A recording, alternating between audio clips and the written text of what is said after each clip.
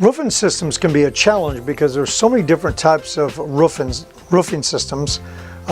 Case in point, I just went to a 60,000 square foot facility that had, we cored one of the roofs, and it was corrugated metal, 5-inch insulation with a roll roofing on top. Went to another area, it was a wood substrate. Went to another area, it was solid concrete. Some had 1-inch foam, so I found 7 different roofs on one building. And so when you're testing roofs, you got to really understand, you know, is it a built-up roof? Is it a heat welded membrane system? Is it a, you know, is a BUR? What is the roof?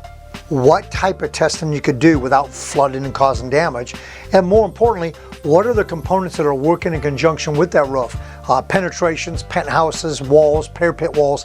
There's a lot of different dynamics. And when we test roofs, a lot of times we're not finding the roof may be a problem. We're finding that the components that are on the roof are problematic.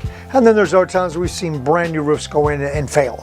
I had one case down south where they had a $500,000 roof going down, and the building department said you got to have 15, 30-pound felt down. So they put it down, then put the ice and water shield, then started putting a Monier battened terracotta on top. The problem is the membrane was blowing in the wind.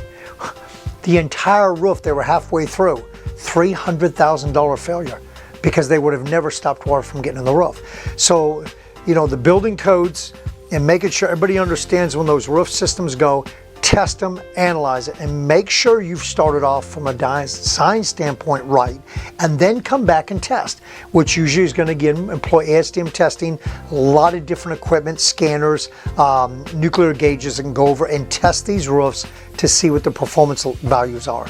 It's real interesting to note that once a roof does get water in it, you're going to want to stop that as quickly as possible, or it'll outgas heat, cook seams open, and it's all downhill.